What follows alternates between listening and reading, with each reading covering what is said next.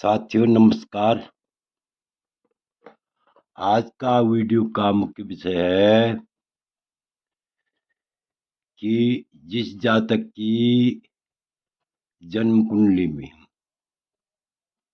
यदि चंद्रमा और मंगल एक साथ बैठे हुए हों तो चंद्रमा और मंगल का यदि एक साथ योग हो तो वह जातक को किस प्रकार का फल देता है तथा चंद्रमा और बुध यदि एक साथ बैठे हुए हों तो वह व्यक्ति को किस प्रकार का सुफल देते हैं। तो इस विषय पर हम विस्तार पूर्वक चर्चा करेंगे। इससे पहले मेरा आप लोगों से अनुरोध है, यदि आपने अभी तक मेरा चैनल सब्सक्राइब नहीं किया तो अवश्य सब्सक्राइब करने का कष्ट करें, वीडियो को लाइक करें, शेयर करें। तो देखिए, चंद्रमा जिस जातक की जन्म कुंडली में चंद्रमा और मंगल का योग हो, चंद्रमा और मंगल एक साथ बैठे हुए हों तो इस प्रकार के एक साथ चंद्रमा और मंगल के बैठने से जातक को अपने जीवन में अत्यंत संघर्ष करना पड़ता है और अशुभ फल की प्राप्ति होती है। यदि बुध और चंद्रमा और बुध का योग हो, किस प्रकार से जातक को शुभ फल की प्राप्ति होती है, इसी विषय पर हम विस्तार पूर्वक चर्चा करेंगे। तो देखिए, सबसे पहले देखिए चंद्रमा और भौम का योग कैसा फल देता है। कुंडली में यदि चंद्रमा और मंगल एक साथ बैठे हुए हों वह जातक कैसा फल देते हैं। तो देखिए यहाँ पर लिखा हुआ है, आचार्यहीन कुटिल प्रतापी वर्णानुजीव कलह प्रियश्च शान्मात्र शत्रुन मनजो उजाड़त शीत दिजो भृगु संयुतेज हुए। अर्थात आचार्यहीन जिस जातक की जन्म कुंडली में मंगल और चंद्रमा और मंगल एक साथ बैठे हुए हों, ऐसा जातक क्या होता है, यानी सदाचार से हीन होता है। सदाचार से क्या होता है, हीन होता है, सदाचारी नहीं होता है, चरित्रहीन होता है, कुटिल प्रतापो और कुटिल होता है, कठोर स्वभाव का होता है, प्रतापी होता है और प्रज्ञानुजीवी व्यापार करने वाला होता है।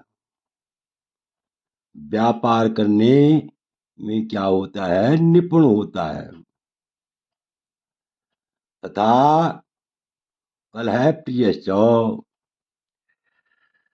सबसे बुरी बात यह है कि जिस जातक के जन्म कुंडली में चंद्रमा और भौम का योग हो वह अत्यंत कलह प्रिय होता है, लड़ाकू स्वभाव का होता है, झगड़ा करने वाला होता है और जात मात्र शत्रु, वह ऐसा व्यक्ति माता से भी शत्रुता करता है। माता का क्या होता है, वो यह जान मात्र शत्रु, अपनी माँ का क्या होता है, वो शत्रु होता है। माँ के साथ दुर्व्यवहार करता है और रुजार्थ है, रोग से युक्त होता है, अनेक प्रकार के रोग से युक्त होता है। तो अब और भी स्पष्ट हो जाएगा। जिस जातक की जन्म कुंडली में, यहाँ पर भावार्थ देखिए, जिस जातक की जन्म कुंडली में चंद्रमा और मंगल एक साथ बैठे हुए हों, ऐसा व्यक्ति क्या होता है? सदाचार से रहित होता है, अर्थात चरित्रहीन होता है और कठोर हृदय वाला होता है, कुटिल स्वभाव वाला होता है, प्रतापी तथा व्यापारी होता है और कलह प्रिय होता है। लड़ाई झगड़ा में जो है उसकी रुचि बनी रहती है, अर्थात अत्यंत लड़ाकू होता है तथा माता का शत्रु होता है और रोग से पीड़ित होता है, अनेक प्रकार के रोगों से युक्त होता है। तो इस प्रकार से हम कह सकते हैं कि जिस जातक की जन्म कुंडली में चंद्रमा और भौम का योग हो, ऐसा जातक यानी लड़ाकू स्वभाव का होता है और माता का शत्रु होता है तथा सदाचार से हीन होता है। अब चंद्रमा और बुध यदि कुंडली में बैठे हुए हों, वह व्यक्ति को इस प्रकार का फल देते हैं। तो लिखा हुआ है, सद्विग विलासो धनुवान स्वरूप है, कृपार्ध चिता पुरुषो विनीत है, कांता पर प्रीति रतीव वक्ता चंद्री सभाचांद्रो बहुधर्म कृत्याचात। अर्थात जिस जातक की जन्म कुंडली में चंद्रमा और बुध का योग हो, अर्थात चंद्रमा और बुध एक साथ बैठे हुए हों, ऐसा जातक क्या होता है? चंद्रमा और बुध एक साथ बैठे हुए हों, ऐसा जातक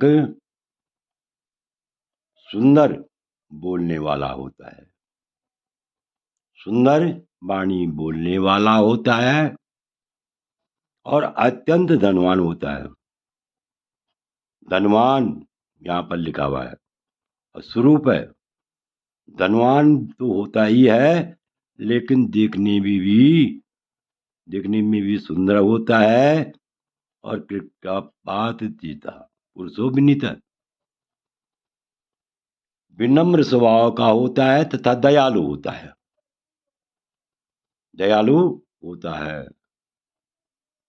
और स्त्रियों का स्नेही होता है, स्त्री का स्नेही होता है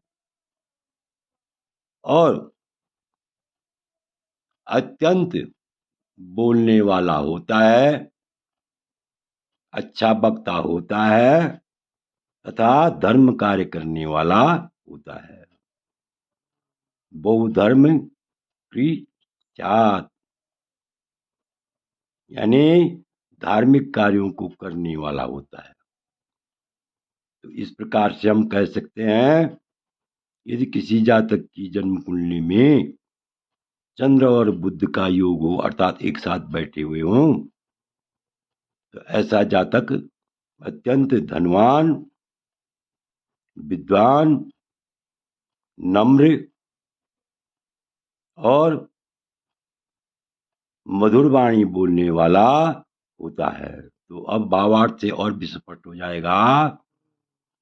जिस जातक के जन्म काल में चंद्रमा और बुध का योग हो, वह सुंदर बोलने वाला और अत्यंत धनवान, देखने में सुंदर रूप वाला, दयालु, अति विनम्र, स्त्री का स्नेही और अत्यंत वाचाल तथा धर्म कार्य को करने वाला होता है। तो इस प्रकार से हम कह सकते हैं कि बुध और चंद्रमा और बुध का यदि कुंडली में योग हो, एक साथ बैठे हुए हों, तो ऐसा जातक अत्यंत धनवान, चरित्रवान तथा भाग्यवान होता है।